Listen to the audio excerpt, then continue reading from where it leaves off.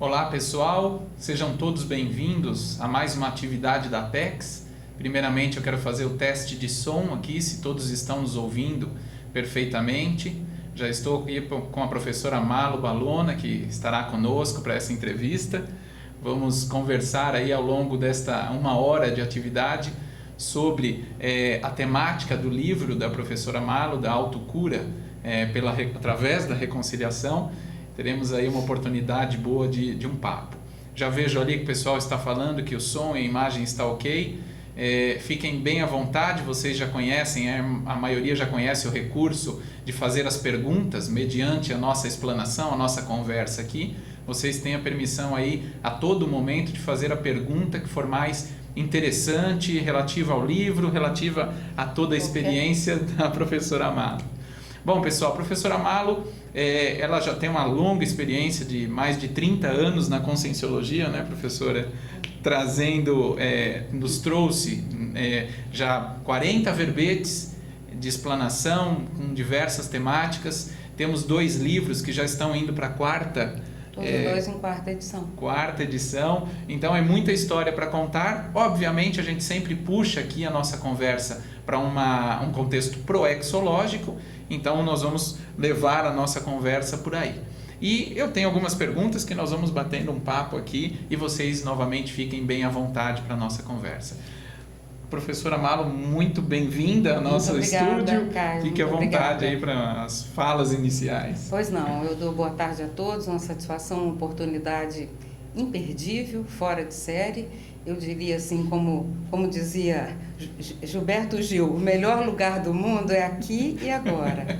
Muito bom, muito bom.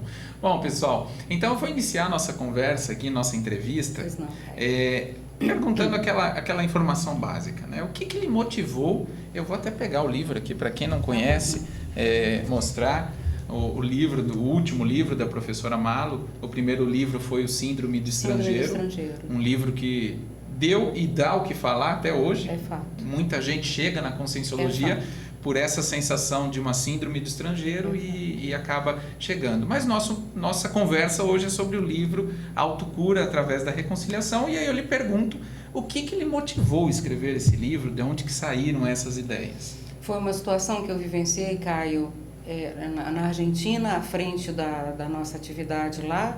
Nós trabalhamos nesse pioneirismo de levar a ciência, Conscienciologia e Projeciologia, outras especialidades, a outros países, cidades inúmeras no Brasil e no exterior.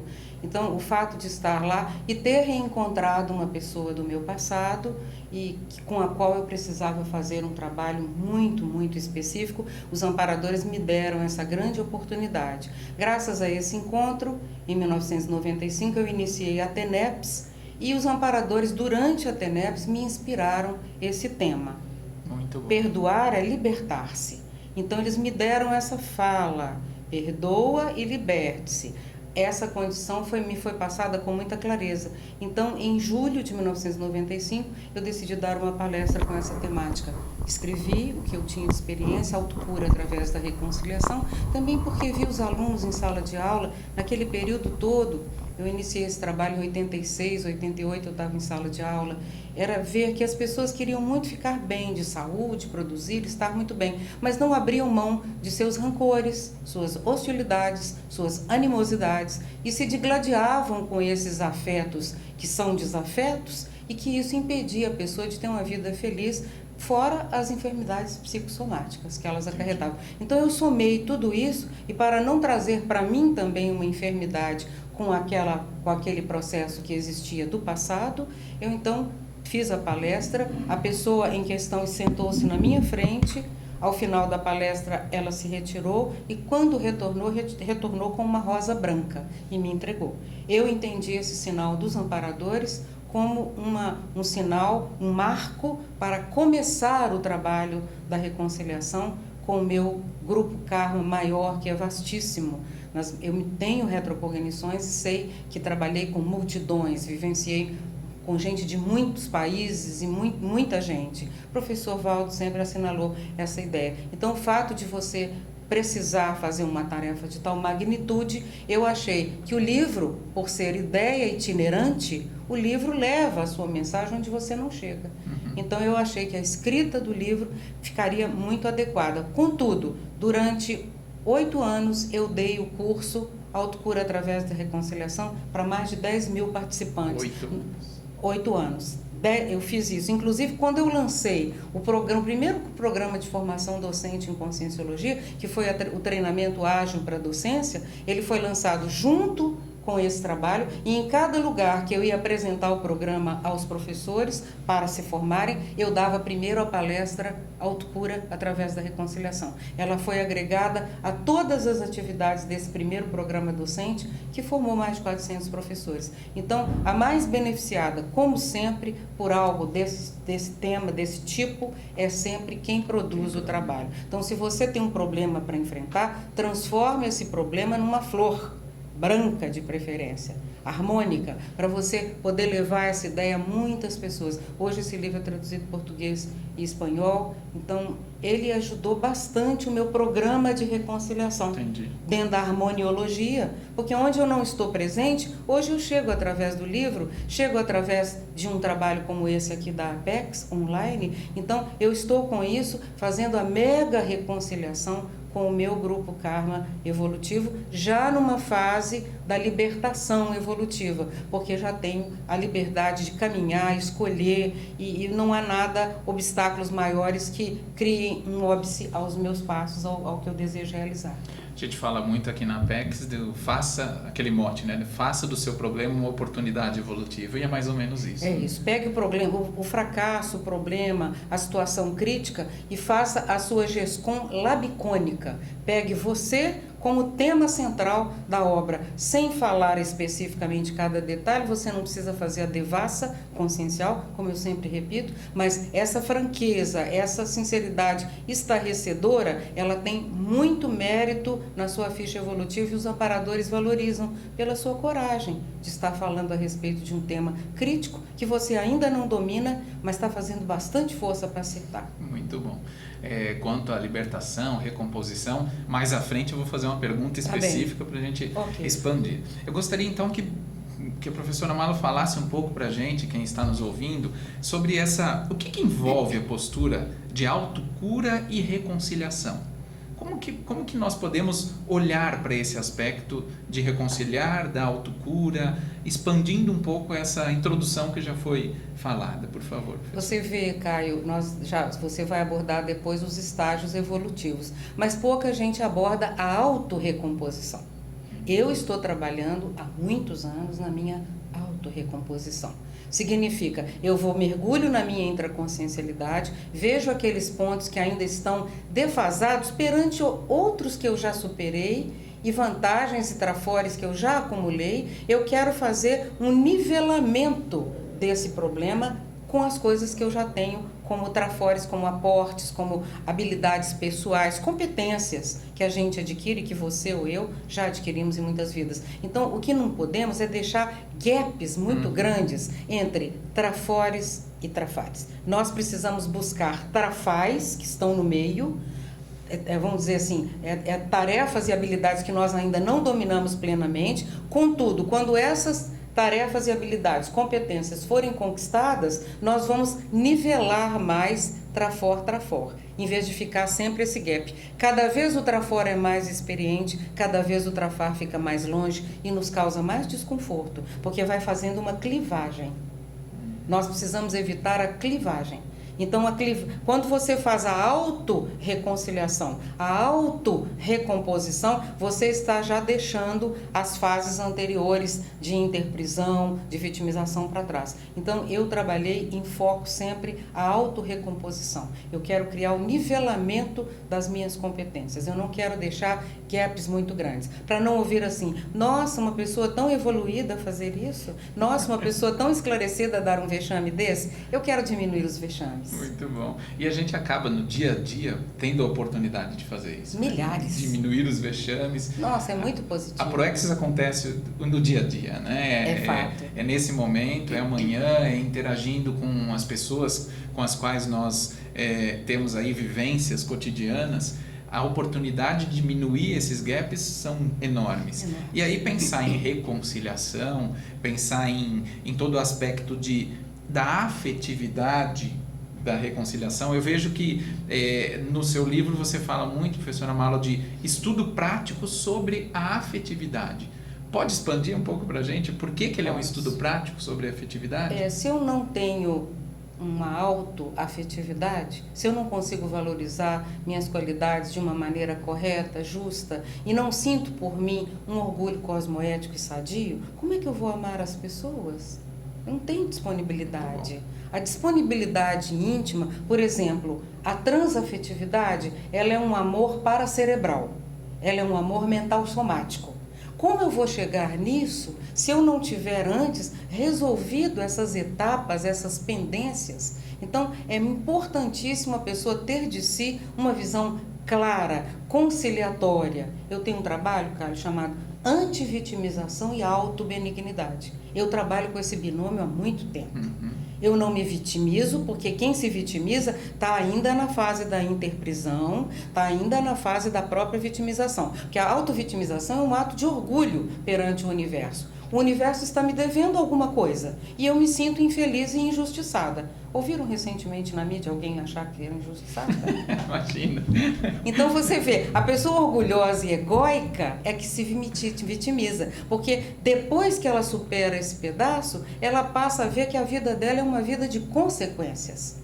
Qual foi o sistema de interesses que pautou as minhas escolhas passadas para eu estar nessa fria que eu estou hoje? Exato. Essa é uma pergunta muito lógica. Por que está me acontecendo isso? Obviamente eu tomei decisões e fiz escolhas pautadas num sistema de interesses que não era o mais inteligente. Tanto que o resultado não está sendo bom. Então você entra nesse processo da admissão, da aceitação de que a vida que você tem, ou eu, é uma vida de consequências. E se eu não escolher melhor desse minuto, desse segundo, hoje, agora, em diante, provavelmente eu ainda vou ter consequências desastrosas. Se eu quero consequências harmoniosas, positivas e bons resultados benignos, eu tenho que deixar para trás a vitimização e tenho que olhar para mim com um olhar autocurativo, sadio.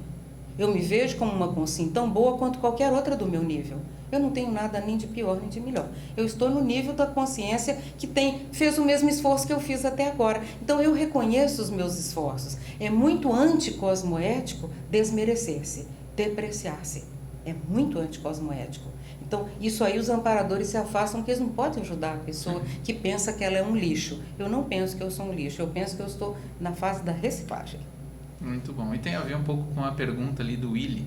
Professora Malo, com base no que você falou, então é possível redigir e apresentar verbetes sobre autossuperação de algum trafar que ainda não superou 100%? Sim, meu amigo, fique feliz da vida. Eu escrevi o livro Autocura através da Reconciliação porque eu não achei para comprar. Então eu falei, como não tem para comprar, provavelmente sou eu mesma que tenho que falar desse tema. E justamente eu que estou no bojo do experimento.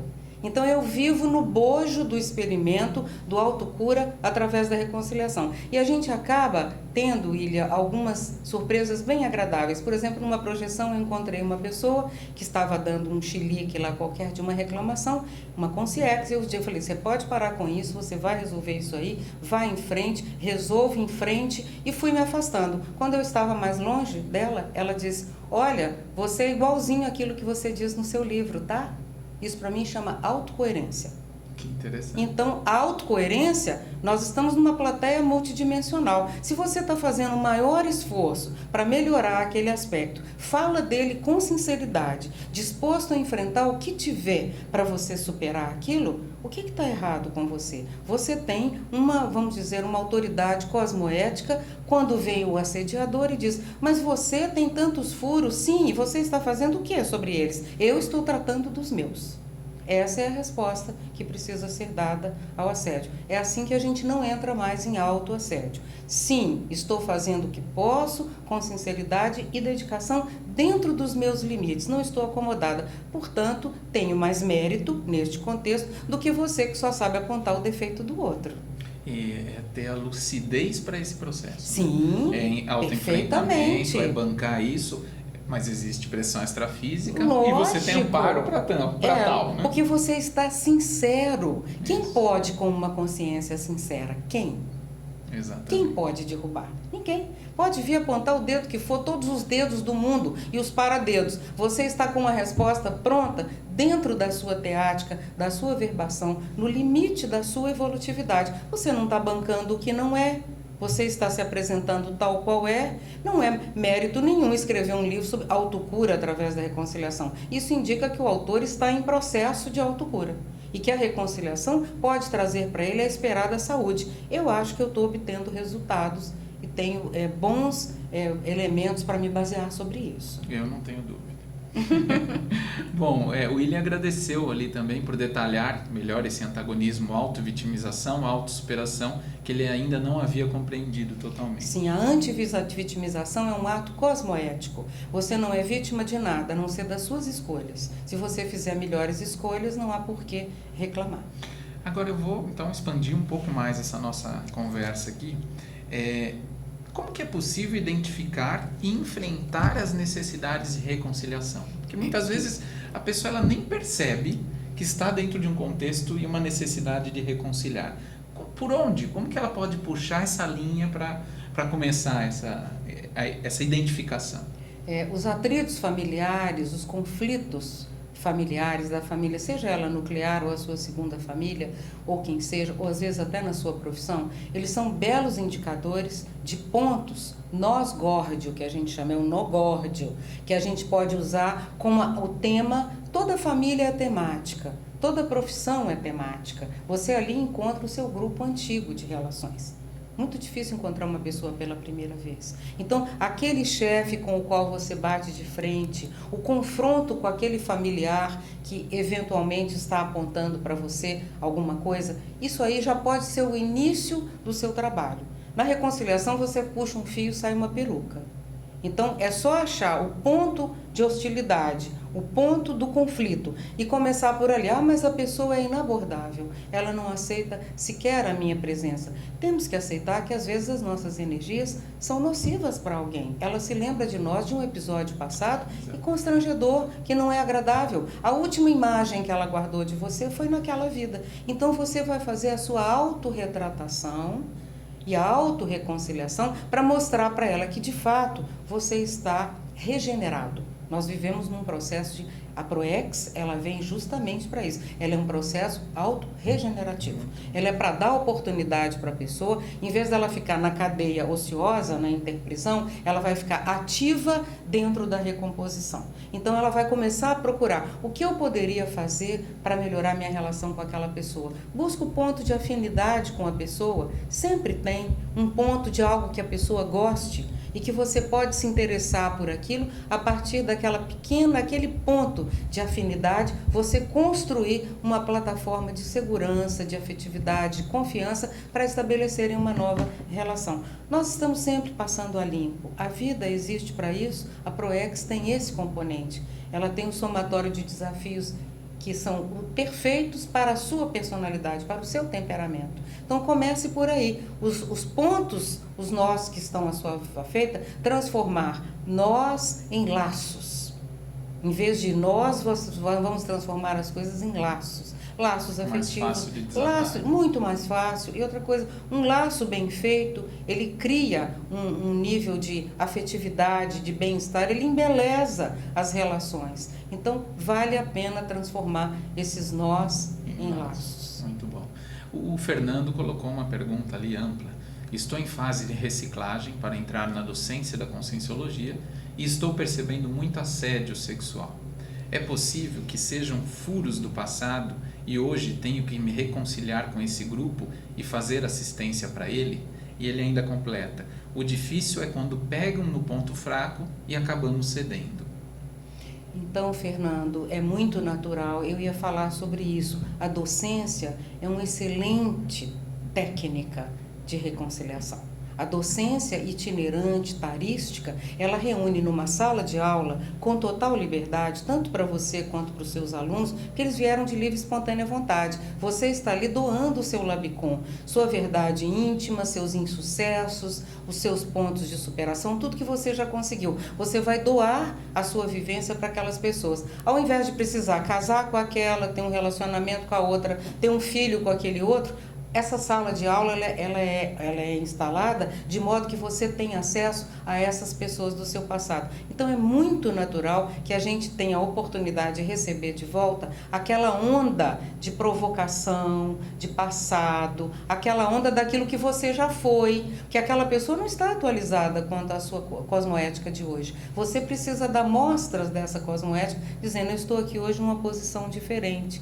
E a sexualidade é algo para se tratar com muita inteligência e muita lógica, porque amanhã você nem tem o mesmo gênero, amanhã mudou. Então, tudo isso varia tanto que, se você mostra boa aceitação para a sua condição atual e se desempenha bem nesse quesito, você supera a maior parte do assédio da humanidade, que é de base afetivo-sexual. Então, curar o que precisa. Precisa de terapia? Procure terapia. Precisa de um relacionamento estável, não promíscuo, positivo, criativo, onde a afetividade de cada um ela é investida em prol de um trabalho maior. Por exemplo, uma dupla evolutiva faz isso. É uma inversão mútua, cada um investe no outro o seu trabalho afetivo para que ambos possam ser mais assistenciais lá na frente. Então, isso já é uma boa plataforma para você começar a pensar nesse contexto. Agora, é naturalíssimo para o professor. Para isso existe o estado vibracional, o autoencapsulamento,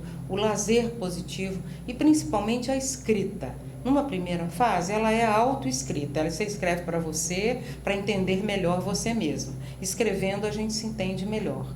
E depois disso, depurar aquilo que é menos digno, menos positivo, passar a limpo e doar o que sobrou como técnica evolutiva de superação que você está fazendo. É muito inteligente essa condição.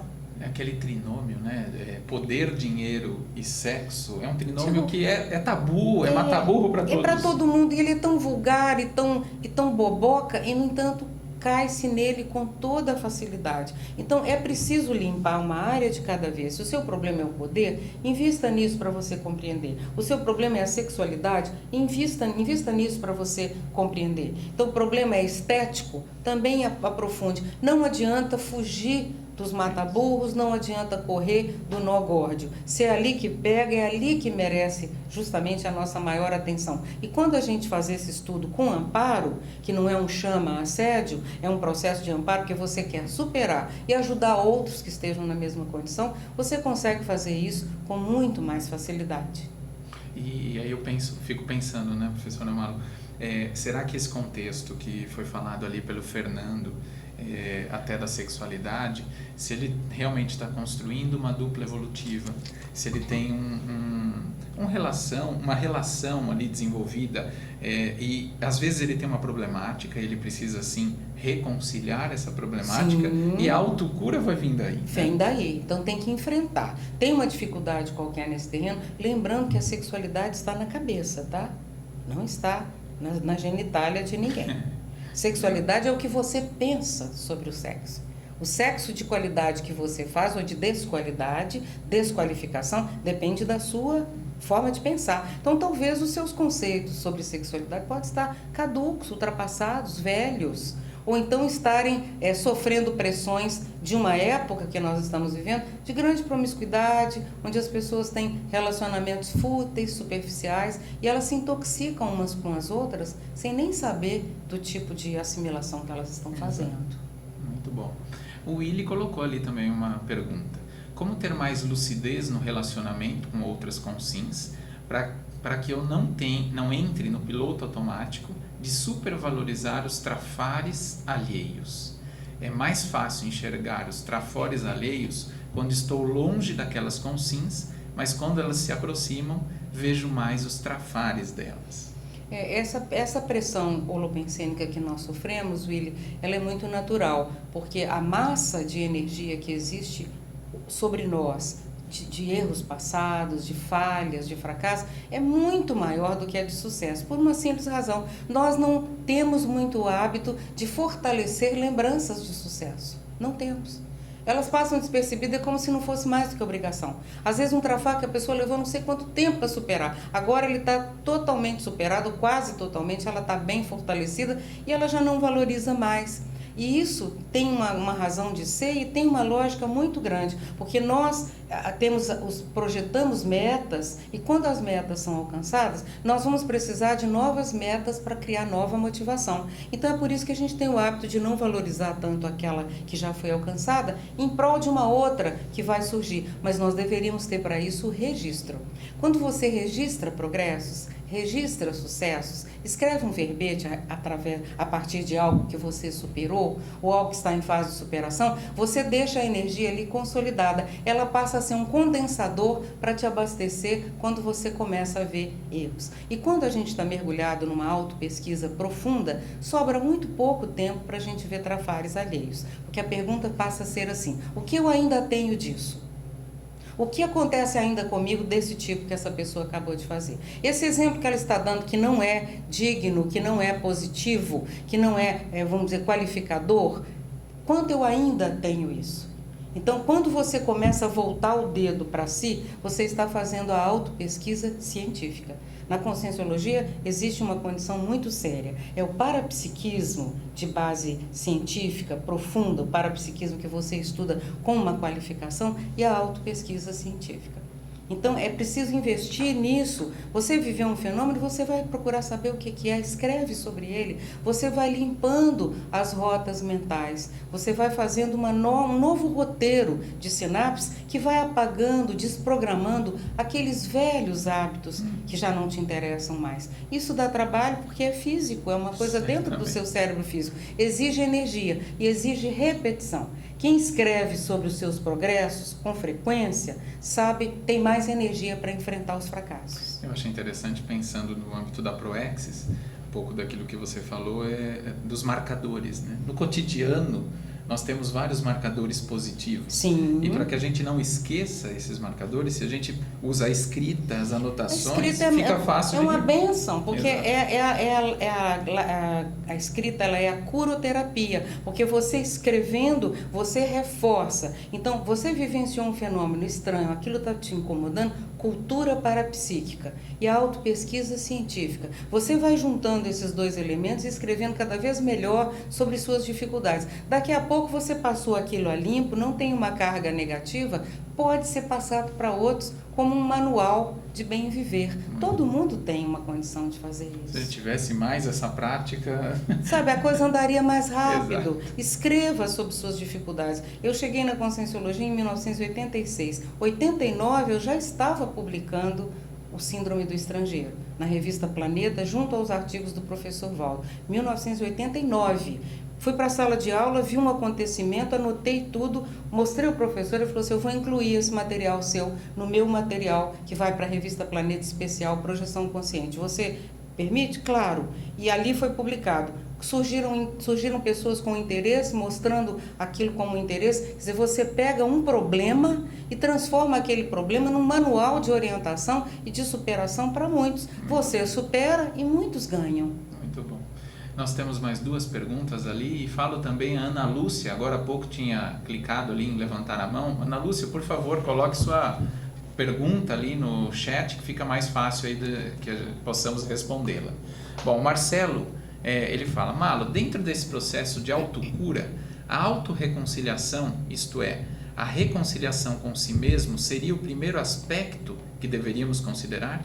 Sem dúvida, se você não consegue se reconciliar com você, aceitando suas dificuldades passadas, não reclamando delas, não adianta reclamar sobre o que passou.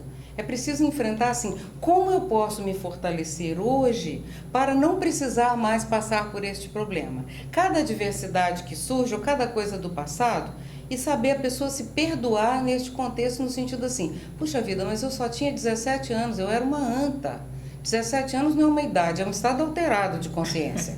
Então a pessoa tem que ter um certo jogo de cintura para se olhar e falar: eu não tinha o cabedal de conhecimento que eu tenho agora, eu agiria de uma outra forma. E esquece isso, porque se a gente fica nessa evocação improdutiva daquilo que já fez de errado, que não foi o ideal, nós vamos estar chamando o assediador.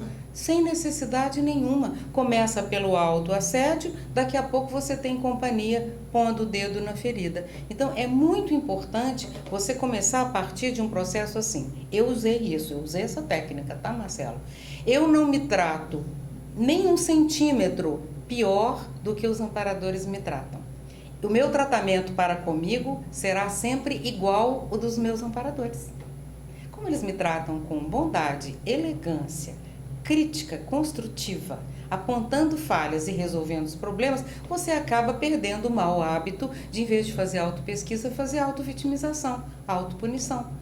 Então, acabar com isso. Eu me trato exatamente da mesma forma que os meus amparadores me tratam. Eles reconhecem, com o foco sadio, eles reconhecem meus talentos, minhas habilidades, minhas competências e meus furos que eu preciso superar. Marlo, você precisa melhorar isso, porque se você não superar isso, você não consegue caminhar. São os nossos professores. Então, a vida é o professor maior que mostra onde a gente está falhando. E não precisa recorrer ao passado. Recorrer ao passado não vai adiantar nada. Você já está no médico, já está tendo a consulta, já recebeu a prescrição, tem o diagnóstico e tem que ir à luta. Não pode continuar a falar com o médico, mas sabe, doutor, doía muito há 10 anos quando isso aconteceu comigo. Doía muito. Eu vou te falar com o senhor como é que era a minha dor. É assim, eu preciso te falar, porque isso aconteceu há 15 anos. Por favor, abençoe esse passado, vire as costas e vai à luta. Que bênção, você tem acesso a essas informações. Que bênção, os amparadores te tratam sempre com dignidade, com respeito. Por que você não se trataria dessa forma? Eu não me admito me tratar de outra forma. Muito bom. E voltando até um pouco ali o que o Willy falou, esse contexto de olhar para os outros que estão no entorno e nos mostrando, nos espelhando alguma coisa, se você tirar proveito disso para a programação existencial, ajuda preço, demais, né? Ajuda demais. E a programação existencial ela é feita no passo a passo do desafio e do incômodo, naquela medida exata para o seu temperamento, de coisas que você precisa melhorar. Então, se você se fortalece, aquilo não te incomoda mais. Se está incomodando é porque ainda não foi trabalhado um nível de maturidade que tenha um desempenho de imunidade perante aquela situação. É uma imunidade relativa, é o sobrepairamento, é a imperturbabilidade. As coisas ruins têm toda a liberdade de continuar acontecendo, mas nada está vindo contra você. Você é que está andando. Você está no trem, tem uma árvore, você não fala, essa árvore está vindo em cima do trem. Não, a árvore está passando pelo trem. O trem é você, o TGV. Você vai caminhando. As coisas vão passando ao seu redor. Nada é irreparável. Então, nós temos toda a condição de olhar os mesmos episódios, mas com um olhar benigno. Aprendi isso, me fortaleci naquilo, me ajudou naquilo outro. Mesmo que a pessoa tenha tido a pior das intenções ao agir com você, ainda assim ela ajudou, porque você percebeu que ela tinha má intenção. Já é uma grande coisa. E tem 2 leis racionais da Proexis que eu acho muito alinhadas com essa sua fala, Malu. Que uma é a execuibilidade, então é execuível. Claro que ninguém ia fazer uma corrida impossível para você, seria de um sadismo horrível. Exatamente. E a segunda que é adaptável.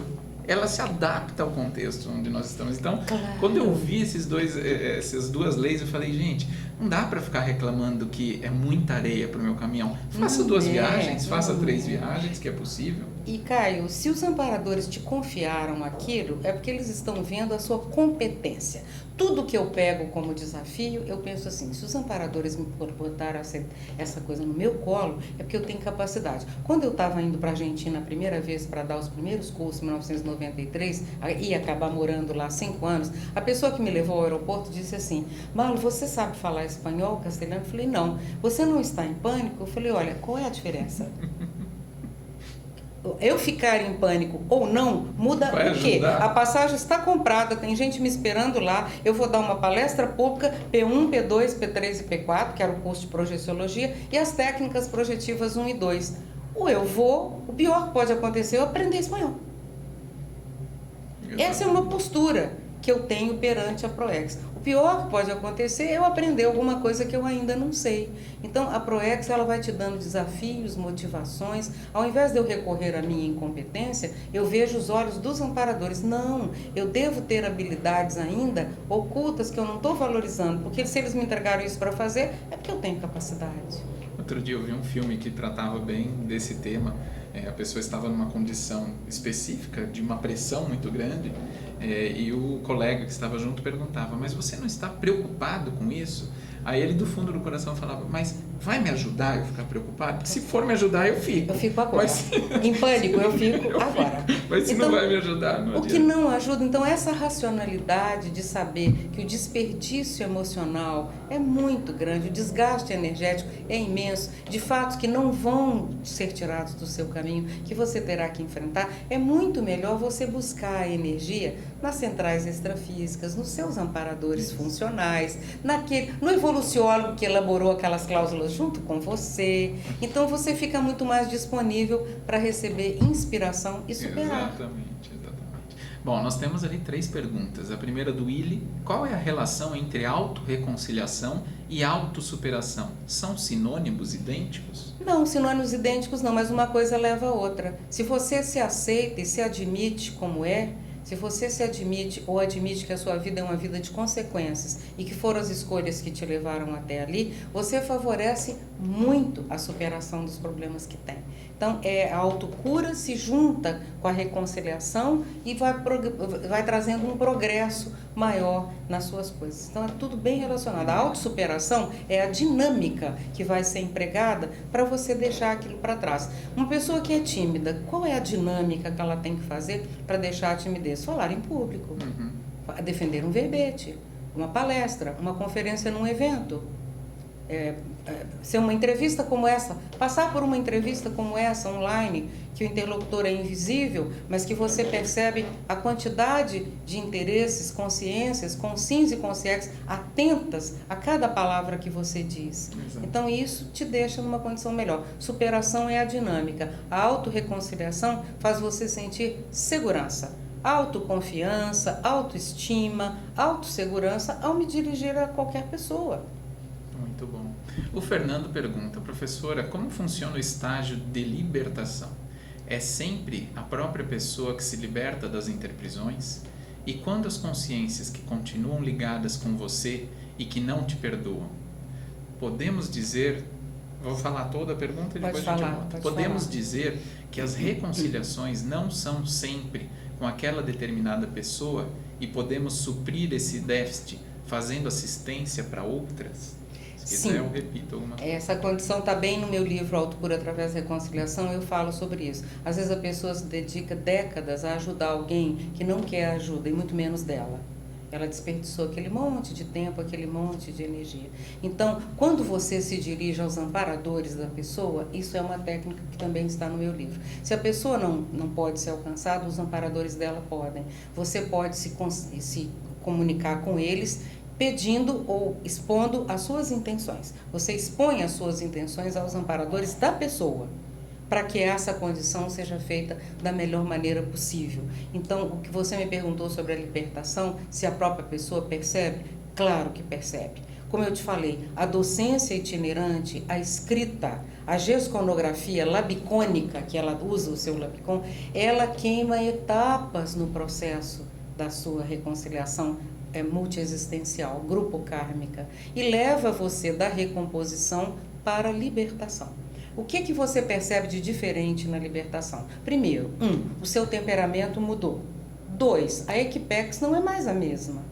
E as tarefas assistenciais que você passa a atender, elas tomam um vulto, uma peculiaridade, uma profundidade, às vezes até uma dramaticidade, que você consegue fazer sem se enrolar em nada daquilo. Então você percebe claramente que os seus caminhos estão abertos, que o seu povo mais sério foi encaminhado e que a sua tarefa de esclarecimento assistencial, ela está rendendo num nível policármico.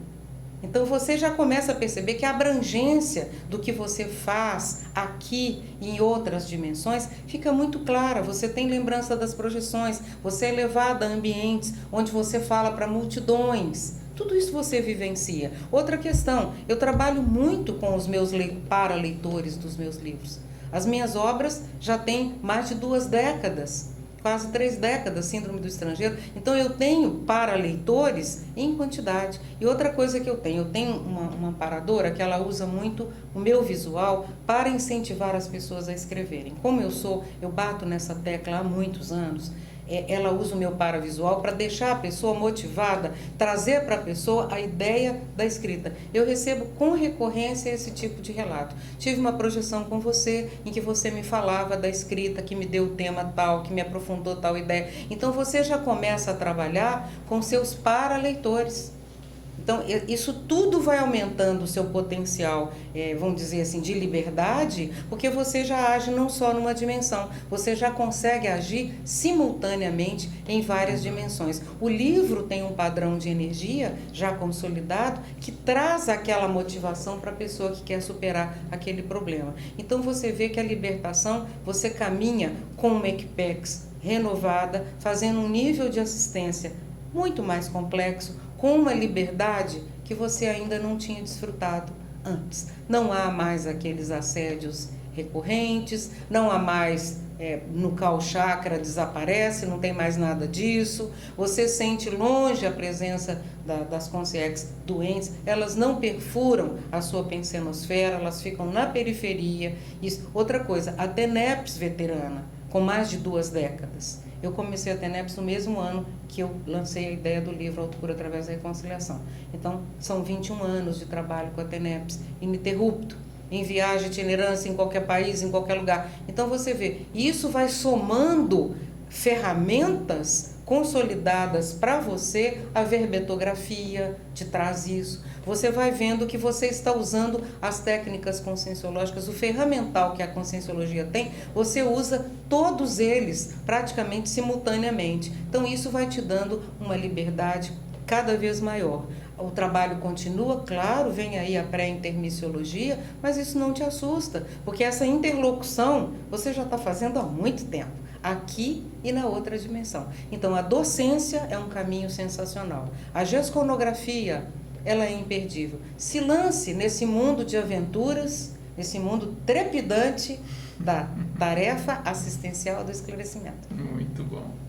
Temos ali uma pergunta de ordem prática, de viabilizar a aquisição do livro Síndrome do Estrangeiro. Ele será reeditado? Ela não está conseguindo comprar no Shopcons. Isso, fique tranquilo, tem muita consciência, já falou isso comigo, eu estou atenta. Eu estou trabalhando no livro, eu estou fazendo a mesma revisão pontual e profunda que eu fiz no Autocura, porque são as últimas edições que eu estou revisando. Essas agora só terão reimpressões, o livro nunca mais vai faltar. Mas para isso eu preciso fazer uma atualização da teoria da Síndrome do Estrangeiro, que ela é a mais antiga, ela foi lançada há muito tempo, e essa 4ª edição eu pretendo que ela tenha um fechamento que me deixe tranquila em relação às informações para os neo-intermissivistas que estão chegando. Hoje, o meu público, Caio, quando eu lancei o Síndrome, ele era na faixa de 35 até 50 anos. Hoje, o meu público da Síndrome do Estrangeiro é de 12 a 25. As pessoas me procuram, os jovens me escrevem, meninos, meninas, já chegam aqui direto para falar comigo. Recentemente teve uma menina de 9 anos que trouxe o pai e a mãe para me conhecer, porque ela assistiu a minha tertúlia. Caramba. Então, esse contato com os neo-intermissivistas, ele está muito acentuado. Eu estou, de fato, em dívida em relação a isso, mas eu quero fazer um trabalho bem feito. Espere mais um pouquinho. Há entrevistas sobre a síndrome em profusão no YouTube, e eu sei que a estante virtual está cobrando uma fortuna pelo livro Síndrome, que parece que lá só tem uns 4, mais de R$200. Então, aguente firme mais um pouquinho, já. Que a gente logo vai ter, e tem download gratuito, igual o Autocura já tem. Download gratuito você tem pela Editares, vai ter também pelo Síndrome do Estrangeiro. Eu pretendo que até agosto, no máximo, esse livro esteja relançado. Muito bom. Temos ali mais algumas perguntas, mais uma do Willi. É possível estar em recomposição com um grupo e em vitimização com o outro grupo? Perfeitamente, perfeitamente. Willi, os estágios evolutivos, eles não são delimitados como uma barreira, uma porta, um marco, não é assim. Interprisão, você pode estar na fase da vitimização ainda com resquícios de interprisão. Você pode estar na recomposição ainda com resquícios de vitimização e às vezes até de interprisão, de algo que ainda não foi resolvido. Então é muito natural. É por isso que cruzar essa fronteira da recomposição para a libertação, usando as ferramentas conscienciológicas que o intermissivista tem o privilégio de usar, é urgente. Use isso para que essas casuísticas mais pesadas do passado consigam ser atenuadas pelas energias, facilitando o seu deslindar daquilo e até o seu desatar. Como eu falo no autocura, se o afeto une, o desafeto ata. E quando ele é recíproco, pior ainda, porque o nó é dos dois lados. Se você abre mão, fica só de um lado, o nó se rompe. Deixa a pessoa com as dificuldades dela. Então vale a pena um investimento ante ódio, hostilidade, rancor, ressentimento, mágoa, amargura.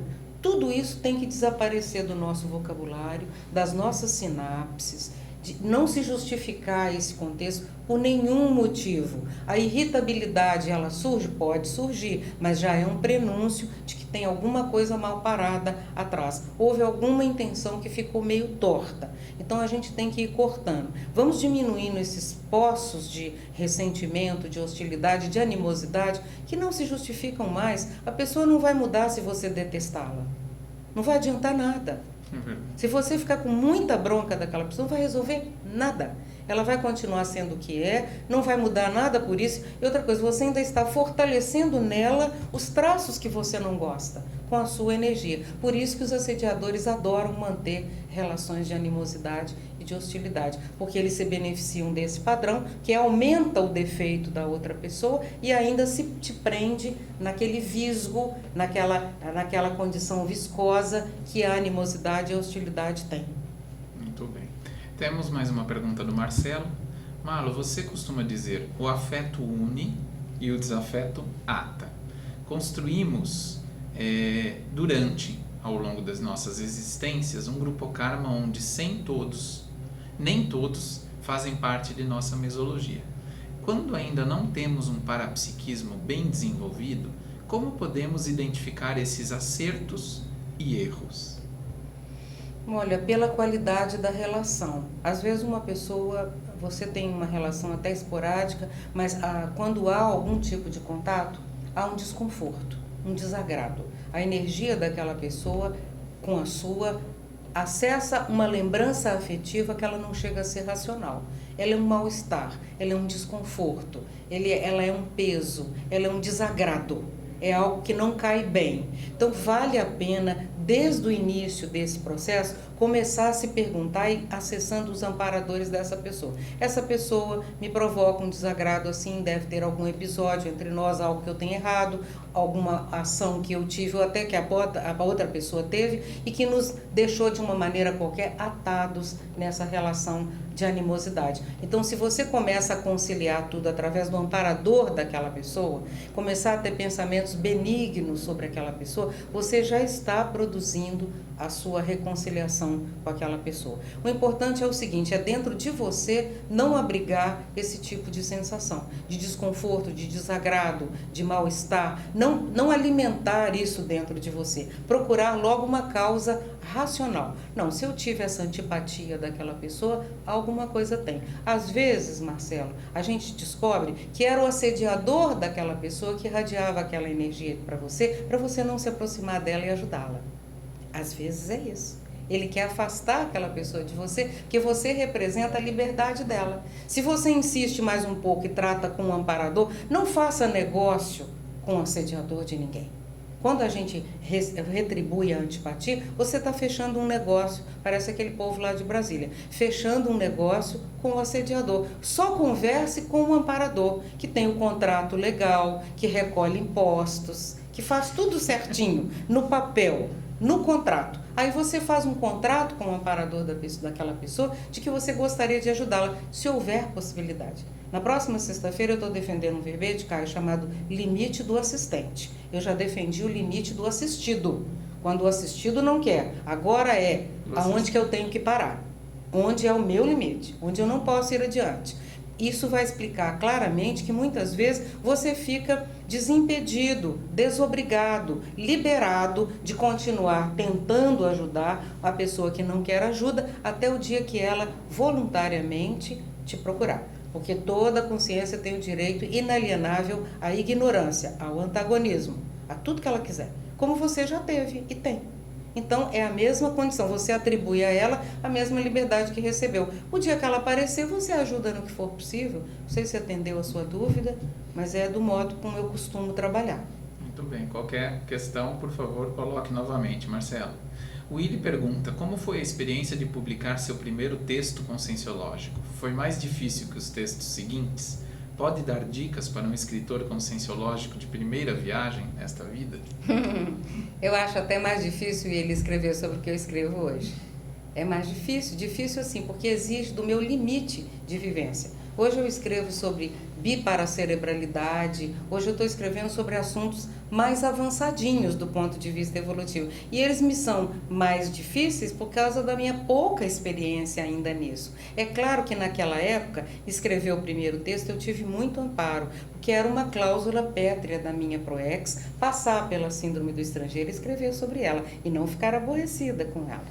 Não é nada simpático nem charmoso ter a síndrome do estrangeiro. Mesmo porque eu sou de uma geração plano B. Você vê que eu, professor Valdo, é da geração de 32. Eu estou muito mais para o lado dele do que para cá. Mas os meus amigos hoje, todos têm a faixa de 30, 35 anos, 40. E eu tenho muita amizade na faixa de 12 a 25. Então, eu sou um plano B, eu fiquei no meio. Eu não peguei nem o curso intermissivo antigão, nem peguei o novinho. Eu fiquei no meio. Quando estávamos nos reunindo no Pandeiro para ter o grande chamado, o rassemblement, que a gente chama, dos intermissivistas para essa tarefa, eu já tinha renascido, eu nasci em 1946. Eu fiquei isolada, totalmente isolada. Era para isso que eu estava lá, dentro daquela família, naquele contexto, naquela situação, justamente para poder perceber o que é a síndrome do estrangeiro. E o privilégio que é você sair dela através da assistência. Foi o que eu aprendi. Eu vim aqui para fazer isso. A síndrome do estrangeiro é a síndrome de abstinência do curso intermissivo. Quem não quer a companhia dos amparadores que eu tinha? Quem não quer tudo de bom que eu pude perceber lá? Mas depois a gente volta para a cidade natal, para o grupo Karma antigão, que você não via há um milênio, e fala, Malo, mas a sua realidade está aqui, é com eles que você vai ter que trabalhar. E você olha e fica danado da vida e fala, não é possível, me esqueceram, esse não é o meu planeta, esse não é o meu povo, eles não falam a minha língua, leve-me ao seu chefe. Nada disso. Eu vim com essa cláusula pétrea. Síndrome do estrangeiro é cláusula pétrea da minha PROEX. Eu fui posta numa condição específica, singular, peculiar, de isolamento, longe dos meus companheiros do passado e distante ainda daqueles que não tinham nem nascido. Eles ficaram e eu vim embora. Então eu fiquei totalmente fora. Em francês a gente diz dépaysé, quer dizer, longe do seu país, longe do seu ambiente, que era a dimensão extrafísica. Então, você vê que não é uma situação fácil. Então, Síndrome do Estrangeiro foi escrita passando a limpo a minha dificuldade e encontrando a saída. Você vai observar em todos os meus livros. Eu falo um parágrafo do problema e 3 da solução. Eu tenho escrito na minha testa, solução. Eu sou um manancial de soluções para mim e para os demais. É só uma questão de boa vontade de procurar a ficha certa que eu vou achar ali. E foi assim que eu superei a síndrome do estrangeiro. Então eu acho que se você estiver falando de uma problemática intraconsciencial com sinceridade, o nível de amparo que você vai ter para fazer isso suplanta em muito os assédios. Tem preço? Tem. Paguei o preço do primeiro livro, paguei o preço do segundo livro. Tudo que eu punha no papel acontecia na minha vida. Tudo. Enquanto eu escrevia lá sobre síndrome do estrangeiro, dos manicômios, da pessoa ir para lá, eu tive que atender um caso familiar exatamente dentro dessa temática. Então, tem preço? Claro que tem. Rupturas afetivas. Mas é o tal negócio. Vale a pena, porque a gente só está ganhando. Eu não reclamo de nada que eu tive que pagar de pedágio em relação à escrita. Hoje eu te falo com sinceridade, eu escrevo o que eu quero e o que os amparadores me inspiram. Malo, vai lá, senta naquela cadeira, eu me sinto escrava da minha cadeira. Eu olho para lá, eu olho, aqui é uma escravidão abençoada, porque é onde eu vou ficar o dia inteiro escrevendo, que é o que eu faço hoje. Então você vê, dedique-se, disponha seu labicon, que o amparo vai suplantar de muito as suas dificuldades. Muito bom, e falar desse contexto todo, correlacionando a PROEXes, as oportunidades que você tem cotidianamente, para o seu desenvolvimento prexológico é só aproveitar a oportunidade, né? Porque elas Proex chegam. é uma bênção, é uma bênção. Esse conjunto de tarefas que você tem na Proex, claro, eles são mais complexos, são, mas de acordo com o nível de cada pessoa, com aquilo que você pode dar. A Proex ela é medida na qualidade das suas competências. Então você tem perfeitamente como fazer isso e é ela que te dá a saída, estágio interprisão, estágio vitimização, a recomposição, libertação e a grupo carmalidade, porque a escrita nada mais é do que uma das cláusulas pétreas da Proex. Devolva em um depoimento, em um testemunho sincero de consciex para consciex o que você aprendeu e você já estará dentro da sua Proex. Temos mais uma pergunta ali do Fernando. Professora, aproveitando que você falou da TENEPS, estou sentindo um aporte muito grande para começar, sentindo amparo e sincronicidade. Porém, não estou estável economicamente e moro com minha mãe em um ambiente um pouco carregado, apesar de ter meu espaço perfeitamente delimitado. Seria melhor eu começar a docência primeiro para depois programar a TENEPS, ou será que aproveito essa animação e aporte para começar logo? Difícil dar uma resposta para você, Fernando, porque você que está no centro da questão. Se eu fosse olhar só de um ponto de vista lógico, eu diria, fortaleça-se primeiro, prepare-se para a docência, entre em sala de aula, vá testar os seus limites de imunidade energética, vá testar uma série de outros fatores para você conquistar aquela autonomia financeira que precisa, eu não sei a sua idade, aquela condição ideal. Claro, isso seria pela lógica do processo. Contudo, não estou na sua condição para saber que nível os amparadores acham que você deve começar a TENEPS. Eu não sou modelo para ninguém, ninguém deve me seguir, mesmo porque eu não sou enterro para ninguém ficar me seguindo. Mas você deve pensar com muita seriedade, porque eu, em 1995, quando comecei a TENEPS, eu não tinha praticamente nenhum daqueles requisitos. Eu morava em Buenos Aires, dentro do instituto, porque era lá que o IPC estava implantando a Conscienciologia. Eu dormi embaixo da mesa durante 5 anos, lá na unidade de Buenos Aires. Eu tenho perfil para isso, eu tenho vivência para fazer isso com toda a naturalidade, tenho vitimização nenhuma com isso, e os amparadores me informaram que eu deveria começar a TENEPS, coisa que o professor Valdo corroborou imediatamente. Comece já. Eu não tinha aqueles requisitos. No primeiro mês da minha TENEPS, eu trabalhei em 4 países.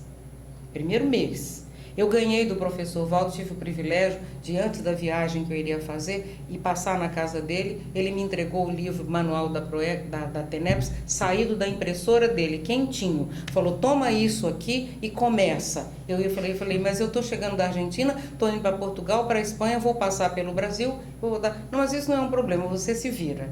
Ok, cada um tem o seu perfil. O meu foi esse, é dessa forma que eu fiz, e não acho que estivesse nada equivocado. Pelo contrário, pelo trabalho que eu fazia, era exatamente o que eu precisava. Mas eu não conheço as razões, o contexto em que você está. Você é jovem, você está entrando agora, recém, na fase executiva. Quem sabe dar um pouquinho mais de tempo, fortalece a docência, aumenta a sua imunidade, inclusive, quem sabe até os amparadores encaminhando a docência, eles ajudam a encaminhar também sua vida econômico-financeira para você ter mais autonomia. É pela lógica, pelo bom senso, a racionalidade que a gente fala isso. É importantíssimo olhar para os indicadores que vão aparecendo. Isso, vai olhando o fluxo dos acontecimentos, indica para você o que você deve fazer. E o professor Val também sempre me perguntava, numa situação difícil, que eu ia levar para ele, dizer, mas o seu ânimo está bom? Você está com vontade de fazer isso? Então faça.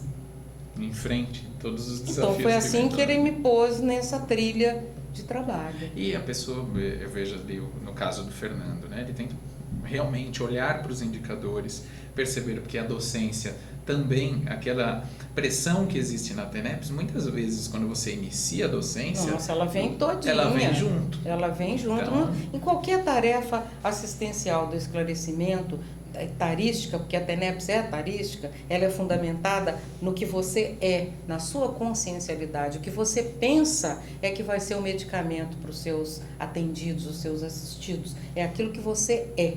Então, é muito importante a experiência docente para você ter a sua argumentação íntima, para o seu diálogo com os amparadores, com as consciex doentes que virão à sua procura. Muito bom. O Willy fala ali de quando ficará disponível essa entrevista. Willy, nós estamos aí com um delay de entrevista, mas provavelmente até a próxima semana nós regularizamos todos os as atividades até da última semana, que ainda não entrou no ar, mas ficará lá nos próximos dias, ok? A Sônia faz uma pergunta. Professora, na página 156 do seu livro, você expõe com muita propriedade: quanto mais me exponho com sinceridade, mais os amparadores me preservam. Quanto mais tento me esconder, mais os assediadores me denunciam. Sinceridade não é ingenuidade, que é sempre inapropriada. Pergunto, como devo investir no trabalho de desenvolvimento do Mental Soma como marinheira de primeira viagem? Essa condição do escondimento, Sônia, ela é muito séria. Todos nós temos, vamos dizer assim, envergonha, mais é vergonha, a palavra mais correta é constrangimento. Um certo constrangimento perante nossas imaturidades. É natural, a gente sente isso e é natural. E uma tendência que é infantil, que é imatura, a primeira que a gente tem, é de esconder essas condições. Tanto que quando a gente conhece uma pessoa, a gente quer sempre mostrar o melhor de nós. E até às vezes adulterando um pouco, ou dourando a pílula mais do que precisa. Essa falta de autenticidade, de sinceridade, de naturalidade em relação às outras pessoas, já mostra claramente o quanto a gente está preocupado com aqueles pontos mais feios da nossa personalidade, que precisam de reparos. Então, eu falo isso no meu livro, porque eu notei isso ao escrever esse livro.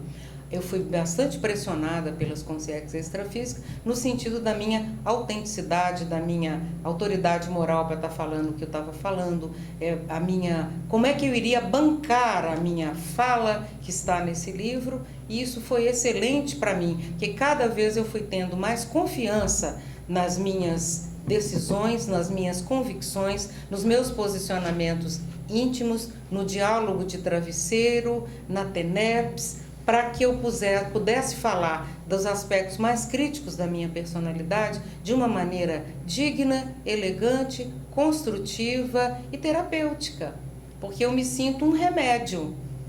Eu sou um composto, um remédio.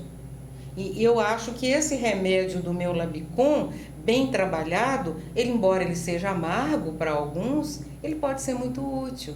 Então, durante a escrita do livro, eu realmente coloquei isso aqui. Quanto mais me escondo, mais os assediadores me denunciam. Quanto mais me exponho, mais os amparadores me preservam. Então, quando eu decidi falar da minha intraconsciencialidade, rasgando o verbo, mostrando a minha realidade íntima, imperfeita, com problemas, com dificuldades, mas com dignidade, com coerência, com elegância, com boa educação, eu percebi que o diabo não era tão feio quanto se pintava. Então, seja autêntica, natural, espontânea. Eu estou aqui na salinha da Apex, no estúdio, fazendo essa entrevista com vocês. Eu não vou mudar quando eu for ao toalete, quando eu encontrar o rapaz ali que faz capina aqui cuida dos jardins do CAEC. Se eu encontrar com uma grande autoridade que pode estar me esperando lá fora, eu vou tratá-lo exatamente como eu estou conversando com você. Sabe por quê? Eu sou digna de me apresentar em qualquer lugar. Eu me sinto digna de me apresentar como eu sou, exatamente como eu sou, a qualquer pessoa. É claro que se eu estiver falando com uma criança, eu vou adotar um vocabulário adequado, uma pessoa de muito mais idade do que eu, ou uma pessoa deficiente, ou uma pessoa com uma cognição menor. É claro que eu vou me adaptar, mas eu não vou me adulterar. Eu não vou me tornar aquilo que eu não sou. Eu não quero parecer para ninguém nada além daquilo que eu realmente sou. Então eu acho que essa autenticidade, essa postura tem me ajudado muito. Embora ela tenha um preço também, porque nem sempre a gente é simpático com as coisas que fala, nem sempre pode ser tão delicado na hora de apresentar um problema ou de enfrentar um assédio mais sério, uma má intenção, um antagonismo. Mas paciência, é a realidade de nós todos, a gente vai levando como pode. Então a sua autenticidade, a sua necessidade de ser sincera e educada, porque muita gente fala, eu sou muito franca, eu falo qualquer coisa. Não, você é grosseiro, mal educado e precisa de modos. Porque quem é sincero fala sempre com educação, elegância, bons modos, bons vocabulários, não vai usar um palavrão, não vai ficar usando uma linguagem chula, que não tem a menor necessidade. Você não precisa disso. Bom, eu vou para a última pergunta, que nós já até passamos aqui do horário. Tem a ver com isso que você estava falando, Malu. Se a gente fosse falar de quais os principais benefícios da reconciliação para a produtividade assistencial? Como que eu posso me aportar mais dessa reconciliação, de todo esse processo, para aumentar a minha produtividade assistencial? Eu vou ser obrigada a ser repetitiva, Caio, e falar da escrita. Eu não conheço, se eu conhecesse, eu dividiria com vocês com a maior tranquilidade, eu compartilharia isso. Mas eu não conheço nenhuma ferramenta que possa ajudar mais uma pessoa a ser produtiva, a se autocurar, a ser assistencial e cumprir a sua PROEX sem a escrita. Não acho que isso seja possível. Porque nós falamos 100%, pensamos 70% e só conseguimos escrever 50%. Então, dentro dessa limitação natural que já existe, de transladar uma coisa para outra, nós já perdemos muita informação. Por isso que na hora que você escreve, você depurou e você fixa, você consolida. Então eu tenho que pensar, por exemplo, com a minha idade, eu completo 70 anos agora no próximo mês, eu preciso pensar que os próximos 10 anos, eles precisam ser muito bem organizados e planejados. Então eu penso que a escrita, já que eu não consigo fazer tudo, alcançar tudo, realizar tudo, nem vou poder, certamente vou deixar algo por fazer, eu acho que a escrita me tira essa sensação de incompletude e ela pode levar você e me levar ao complexo. Muito bom. A Sônia agradeceu, falou que como é bom lhe ouvir. Obrigada, professora, pela excelente explanação. Obrigada. Todos estão agradecendo. O professor Amalo falou contextualizou ali que PROEX é regeneração.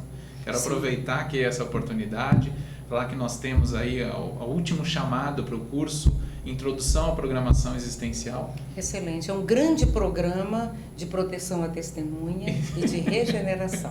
Entre nessa porque é uma boa. Exatamente, é uma atividade que é online, então para quem está à distância pode fazer, basta acessar o site da Apex ou até o Facebook, Apex Internacional, que vocês vão acessar as informações sobre esse curso. É um curso que, apesar de ter o nome Introdução à Programação Existencial, ele fornece sim as bases, mas ele tem um ótimo nível de aprofundamento. Então fica o convite aqui.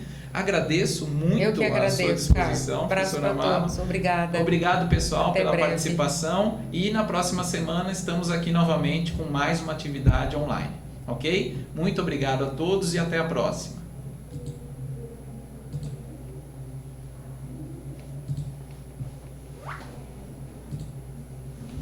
Muito bom, Malo. 22 pessoas. Que ótimo. Acho que foi bem. Eu também, foi bem abrangente, né?